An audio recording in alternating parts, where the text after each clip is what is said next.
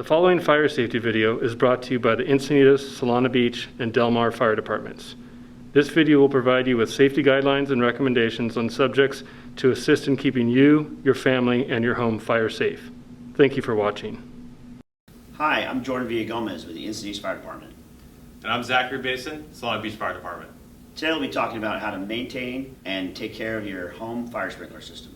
The National Fire Protection Association and the Home Fire Sprinkler Coalition report that you have less than 2 minutes to escape a house fire. Fire sprinklers activate to keep a fire contained in one area. This reduces the amount of heat and smoke, which allows enough time to get out of your home. Fire sprinklers are activated by heat equal to or greater than 135 degrees. Fire sprinklers require a constant heat source in order to activate.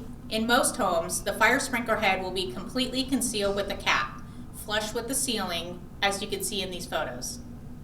One of the most common myths that we hear are that all sprinklers in the home will go off at once. The fact is, fire sprinklers are activated by heat, and only the sprinklers in the area of the fire will discharge. Now let's get into the devices and physical components that make up your fire sprinkler system. Your water meter should be at the front of your property or at the entry to an easement or a long driveway. A majority of homes with fire sprinklers have 2 water meters, as shown in this photo. If there is only 1 water meter, this means your domestic water and your fire sprinkler system water share the same water line up to the house.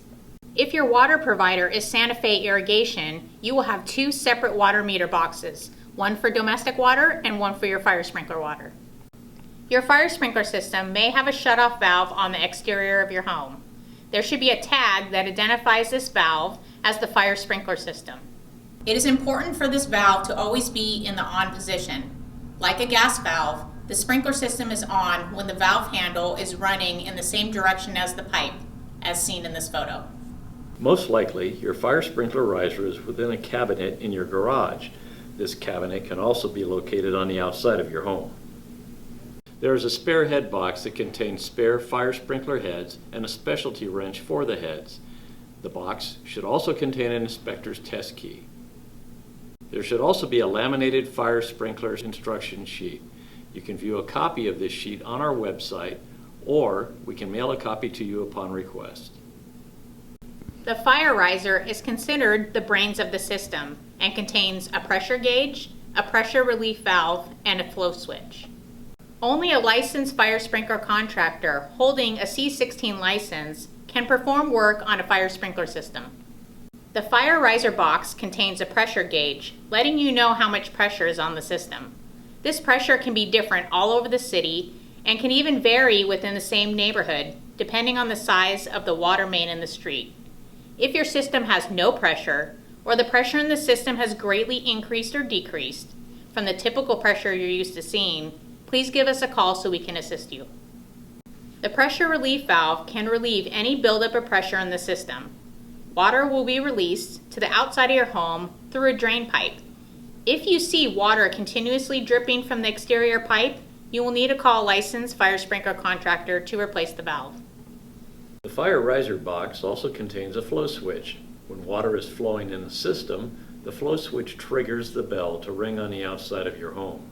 If the bell is ringing, this means water is flowing in the system, and you should investigate and contact 911 if there is a fire. Visual inspection should be conducted often to verify the following. The valve is in the on position with the handle running in the same direction as the pipe. The system has pressure on the gauge. Fire sprinkler heads and the caps covering them have no corrosion or discoloration. Prior to testing your system, please do the following. If your burglar alarm is hooked up to the flow switch, you will need to call your alarm company first. Failing to call the alarm company will result in an emergency fire response to your home. Please call before you test. Please be sure to remove any bird's nest from the bell, which may obstruct the device that makes the bell ring. If the bell does not ring during your test, verify the electrical breaker is in the on position to provide power to the bell. This breaker should always be on. The bell should be visible, red in color, and have a sign that says, "When bell rings, call 911. Use the inspector's test key to open the valve on the outside of your home. turn the valve completely on so the full flow of water can activate the bell. Within 90 seconds, the bell on the exterior of your home should ring. Once you have heard the bell ringing, go back to the inspector's test valve and use the key to shut the water off. Once you shut the water off, the bell should no longer ring. If you run into any issues with your fire sprinkler system, please call your fire department's fire prevention line for assistance. As a reminder, only a licensed fire sprinkler contractor holding a C16 license can work on fire sprinkler systems. It is recommended that you test your home fire sprinkler system a minimum of 2 times a year. And the best way to remember that is when we change time, because you're changing your smoke alarm batteries too. When selling your home, it's important to contact a licensed fire sprinkler contractor. As a reminder, it's important to check your smoke alarms and your carbon monoxide alarms. These are the first line of defense to notify you of a fire. Thanks so much for watching. Be sure to check out our other safety videos.